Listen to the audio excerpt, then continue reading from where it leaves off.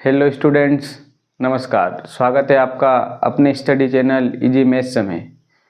तो आज की क्लास में हम पढ़ने वाले हैं शून्यकों से कैसे एक द्विघात समीकरण बनाया जाता है। ठीक है, पिछली क्लास में हमने क्या सीखा था कि एक द्विघात समीकरण हमें दिया रहता था और हम उससे शून्यक निकालते हैं। आज ठीक उसका उल्टा पढ़ेंगे कि हमें शून्यक दिए गए हैं और हमें द्विघात समीकरण बनाना है। तो आइए क्लास को स्टार्ट करते हैं।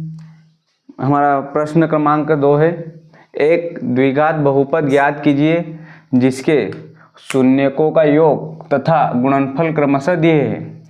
ठीक है, शून्यकों के योग तथा गुणनफल हमें दिए गए हैं। तो आज हमें इनसे एक द्विघात समीकरण बनाना। पहला क्वेश्चन हमारा क्या है, शून्यकों का योगफल कितना है 1/4, शून्य को गुणनफल है -1। ठीक है, तो हम इसका लिख लेते हैं सॉल्यूशन।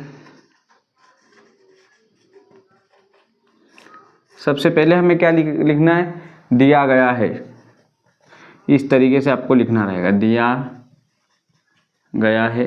क्या दिया गया हमें, शून्यकों का योगफल कितना है, शून्यकों का योग कितना है हमारे पास कितना दिया है 1/4। ठीक है, और शून्यकों का गुणनफल कितना दिया गया है हमें, शून्यकों का गुणनफल कितना दिया गया है हमें -1। ठीक है, अब हम इस क्वेश्चन को कैसे हल करेंगे। सबसे पहले हमें क्या लिखना है, एक द्विघात समीकरण मानना है। ठीक है, तो हम मानते हैं, माना कि एक द्विघात समीकरण क्या मानेंगे, जो हमारा द्विघात समीकरण का व्यापक रूप है। मैंने लिखवाया था आपको पिछली क्लास में, द्विघात समीकरण का व्यापक समीकरण क्या होता है, ax² + bx + c = 0। इसको हम समीकरण 1 नाम देते हैं। ठीक है, अब हमने पिछली क्लास में पढ़ा था कि शून्यकों का योग क्या होता है, अल्फा + बीटा = -b/। ठीक है, तो हम यहाँ लिख लेते हैं। अभी हमको क्या दिया है, शून्यकों का योगफल। तो शून्यकों का योगफल क्या होता है, अल्फा + बीटा। ठीक है, तो हम यहाँ लिख लेते हैं, सेकंड स्टेप में दिया है शून्यकों का योगफल अल्फा + बीटा। हमें क्या दिया गया है, अल्फा + बीटा क्या होता है -b/। ठीक है, तो हमें इसका मान क्या दिया गया है, अल्फा + बीटा का मान क्या दिया गया है 1/4। तो हम यहाँ से क्या निकाल सकते हैं, यहाँ से हमें b का मान प्राप्त हो जाएगा और a का मान प्राप्त हो जाएगा। तो लिख लेते हैं समीकरण, इसको समीकरण 2 नाम दे देते हैं। ठीक है, तो क्या लिखेंगे, समीकरण 2 से हमारा b बराबर क्या हो जाएगा, b बराबर ये -b है तो इधर जाके ये माइनस इधर लग जाएगा। तो b का मान हमारे पास क्या आ जाएगा, -1 आ जाएगा और a का मान 4 आ जाएगा। तो यहाँ पर a का मान, ठीक है, ये हमें समीकरण 2 से a और b के मान प्राप्त हुए, ये हम लिख लेते। ठीक है, अब और हमें क्या दिया गया है, नेक्स्ट शून्यकों का गुणनफल, मतलब कि अल्फा × बीटा का मान हमें क्या -1 दिया गया है। अब मैं इधर लिख लेता हूँ इसको। ठीक है, तो सेकंड स्टेप में हम क्या करेंगे, अल्फा × बीटा बराबर क्या होता है हमारा फार्मूला c/a। ठीक है, तो यहाँ में c/a का मान क्या दिया गया है, यहाँ पर -1 दिया गया। तो हम यहाँ पर -1 लिख लेते हैं। ठीक है, अब यहाँ से c का मान कैसे निकलेगा, c का मान होगा वो -a के बराबर, मतलब a का इधर त्रियक गुना कर देंगे तो c का मान किसके बराबर हो जाएगा, -a के बराबर। ठीक है, तो c बराबर a का मान हमारे पास क्या है 4 है, तो ये माइनस जैसे का तैसा, और a का मान हम यहाँ से उठाकर यहाँ रख दे, कितना आएगा 4। तो यहाँ पर हमारा c का मान क्या आ गया, c बराबर -4। ठीक है, अब इन तीनों मानों को हम समीकरण 1 में a की जगह रखेंगे, b और c की जगह। तो यहाँ पर हम लिखते हैं अगली स्टेप में, इसको मैं थोड़ा सा ठीक है, ठीक है, क्या लिखते हैं हम अगली स्टेप में, समीकरण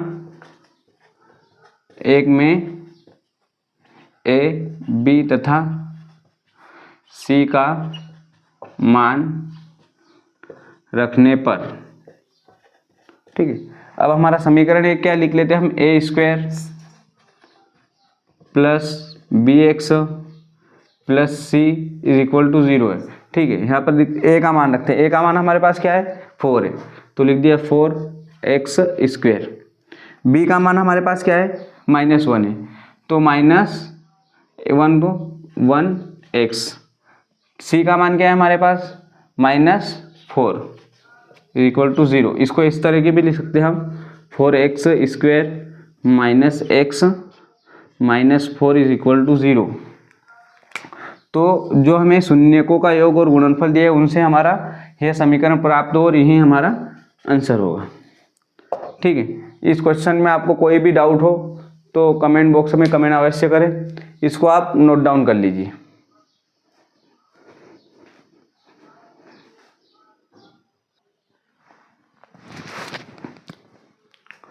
अब हम आते हैं हमारे सेकंड नंबर क्वेश्चन पर। क्या दिया गया है, हमें शून्यकों का योगफल √2 दिया गया है और शून्यकों गुणनफल वो 1/3 दिया गया है। ठीक है, तो हम इसको लिखते हैं, कैसे लिखेंगे, सॉल्यूशन। सबसे पहले क्या लिखेंगे, फर्स्ट स्टेप में दिया है, क्या दिया गया हमें, शून्यकों का योग कितना है, √2 दिया गया है, तथा शून्यकों का गुणनफल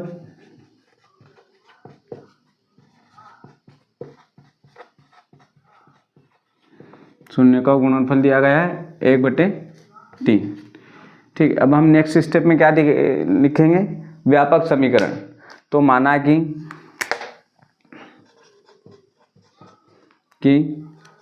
एक द्विघात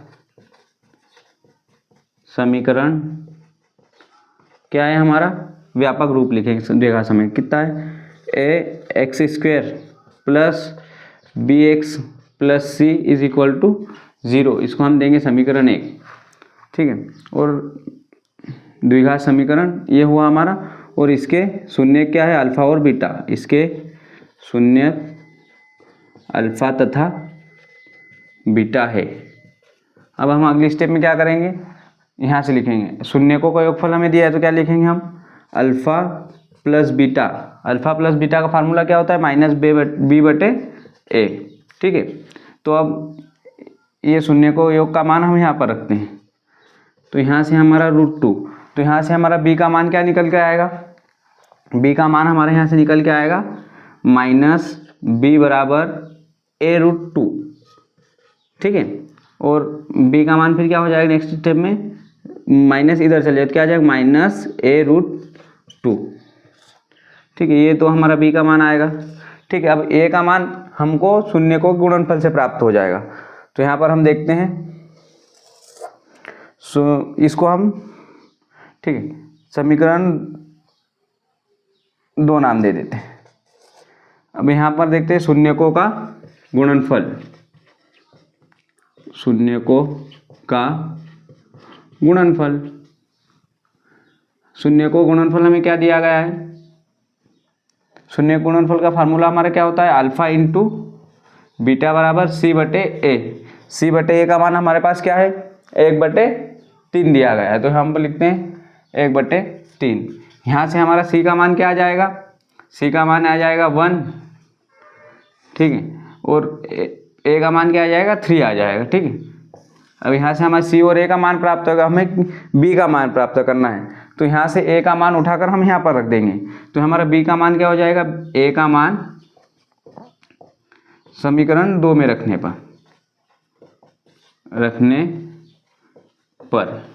ठीक है, तो एक समीकरण 2 हमारा क्या है, b = -a√2 है, तो यहाँ से b is equal to minus, जैसे तो a का मान क्या आएगा 3 और √2, तो यहाँ से हमें b का मान भी प्राप्त हो गया।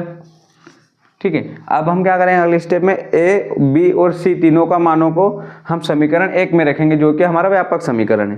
तो हम लिख लेते हैं a, b तथा c के मान समीकरण 1 में रखने पर। तो सबसे पहले हम लिख लेते समीकरण 1 क्या है हमारा, ax² + bx + c = 0। तो लिखेंगे ax² + bx plus c is equal to 0। अब हम यहाँ पर मान रखते हैं इजीली आराम से। ए का मान हमारा क्या है 3 है तो 3x²। बी का मान हमारा क्या है -3√2 है तो -3√2x। सी का मान हमारा क्या है 1 है इज इक्वल टू 0। तो यही हमारा द्विघात समीकरण हमें प्राप्त हुआ है। तो इसे आप नोट डाउन कर लीजिए 3x² - 3√2x + 1 is equal to 0। यह हमारा आंसर हुआ।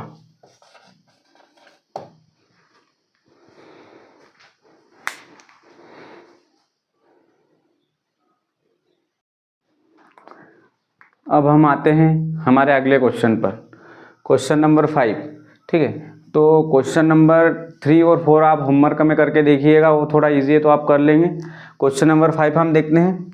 हमें शून्यकों का योगफल दिया गया -1/4 और गुणनफल 1/4। ठीक है, तो इसको हम लिखते हैं। सबसे पहले लिखते हैं दिया है क्या दिया गया है हमें, शून्यकों का योग बराबर -1/4 तथा शून्यकों का गुणनफल हमें क्या दिया गया है, शून्यकों का गुणनफल हमें क्या है 1/4 दिया गया है। अब हम अगली स्टेप में क्या करेंगे, एक व्यापक समीकरण लेंगे। तो लिखते हैं माना कि एक द्विघात समीकरण क्या है हमारा ax² + bx + c is equal to 0। इसको हम क्या देंगे, समीकरण 1 नाम देंगे। अब अगली स्टेप में क्या करेंगे, शून्यकों का योग दिया गया हमें तथा इसके शून्य अल्फा व बीटा है, ये हमने लिख लिया। अब हम शून्यकों का योगफल क्या होता है हमारा alpha plus beta. Alpha plus beta का फार्मूला हमने क्या पढ़ा हुआ है -b/a। ठीक है, तो यहाँ शून्यकों का योगफल का मान हम यहाँ पर रखते हैं। तो यहाँ से हमें a और b का मान प्राप्त होगा। तो a का मान हमारा क्या आएगा, a का मान हमारा आएगा -4 और b का मान क्या आएगा, b का मान 1। a माइनस से माइनस कैंसिल हो जाएगा तो क्या बचेगा हमारा b बराबर 1 आ जाएगा। तो इससे हमें a और b का मान प्राप्त होगा। इसको समीकरण 2 नाम दे देते हैं। अब हम अगली स्टेप में क्या करेंगे, हमें क्या दिया है शून्यकों का गुणनफल। तो यहाँ पर लिखते हैं अल्फा और इंटू बीटा का मान दिया है। कितना दिया गया हमें अल्फा इंटू बीटा का मान, फार्मूला क्या है हमारा c/a और मान क्या दिया है हमें c/a का मान 1/4। तो यहाँ से हमें c का मान प्राप्त हो जाए, कितना प्राप्त होगा c बराबर 1। ठीक है, तो अब हमें a b c वो तीनों का मान प्राप्त हो गया। अब इन तीनों मानों का हम समीकरण 1 में रखेंगे। तो लिखते हैं a b तथा c के मान समीकरण 1 में रखने पर समीकरण 1 हमारा क्या है ax² + bx + c is equal to 0। ax² + bx + c is equal to 0। ठीक है, तो हमारा a का मान यहाँ से क्या है 4 है, तो यहाँ लिखते हैं 4x² और प्लस b का मान हमारे पास क्या है 1, तो यहाँ पर क्या आ जाएगा 1x। c का मान क्या है हमारे पास 1 इज इक्वल टू 0। इसको क्या लिख सकते हैं हम 4x² + x + 1 is equal to 0। तो ये हमारा हमें द्विघात समीकरण प्राप्त हुआ, यही हमारा आंसर हो। इसको आप नोट डाउन कर लीजिए।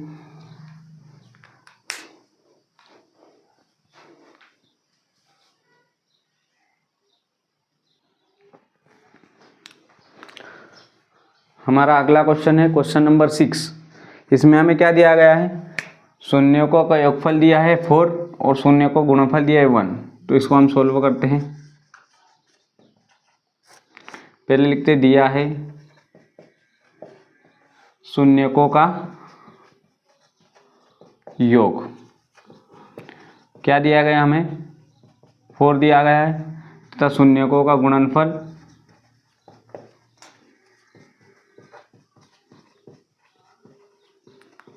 1 दिया गया है। ठीक है, अब हम अगली स्टेप में क्या लिखते हैं, व्यापक समीकरण। एक व्यापक समीकरण मानते हैं, माना कि द्विघात समीकरण क्या है हमारा, व्यापक रूप a x square plus b x plus c is equal to 0। इसे हम नाम देंगे समीकरण 1। इसके शून्य क्या होंगे, इसके शून्य अल्फा व बीटा है, ये हमने लिख लिया। अब हम अगली स्टेप में क्या कर रहे हैं, शून्यकों का योगफल दिया है, तो शून्यकों का योगफल हमारा क्या होता है, alpha plus beta. Alpha plus beta का फार्मूला हमने क्या पढ़ा हुआ है, माइनस बी बटे ए। तो यहाँ पर लिखते हैं माइनस बी बटे ए का मान हमें क्वेश्चन में क्या दिया गया, 4 दिया गया है, तो यहाँ से 4। अब हमें यहाँ से b का मान क्या प्राप्त होगा, तो क्या आ जाएगा हमारा, माइनस इधर आ जाए, क्या आ जाएगा -4। ठीक है, और a बराबर क्या आ जाए, इसके बटे में हम 1 मान सकते हैं, तो क्या है a का मान हमें क्या प्राप्त हुआ, a बराबर 1। तो ये हमें b और a का मान यहाँ से प्राप्त हो गया। अब अगली स्टेप में हम क्या करेंगे, शून्यकों का गुणनफल। शून्यकों का गुणनफल हमारा फार्मूला क्या होता है, अल्फा इंटू बीटा बराबर c बटे a का मान हमें क्या दिया है 1, तो यहाँ से हमें c का मान प्राप्त हुआ है 1, तो लिख लेते c बराबर 1। ठीक है, अब हमें a b c तीनों के मानों को समीकरण 1 में रखना है, तो लिखते हैं a b तथा c के मान समीकरण 1 में रखने पर, सबसे पहले हम लिख ले समीकरण क्या है हमारा, समीकरण 1 a x square plus b x plus c is equal to 0। a का मान हमारा क्या प्राप्त हुआ हमें 1, तो 1 एक्स स्क्वायर प्लस b का मान हमें क्या प्राप्त हुआ है -4, तो क्या लिखेंगे -4x। c का मान हमें क्या प्राप्त हुआ है 1, तो इज इक्वल टू 0। इसको कैसे लिख सकते हैं, x square -4x plus 1 is equal to 0। यही हमारा द्विघात समीकरण प्राप्त हुआ, यही हमारा आंसर होगा। ठीक है, तो आप इसे स्क्रीनशॉट ले लीजिए। तो आज की क्लास को हम यही समाप्त करते हैं। क्लास पसंद आई है तो लाइक अवश्य करें तथा चैनल को सब्सक्राइब करें एवं शेयर करें। धन्यवाद, पढ़ते रहिए। जय हिंद।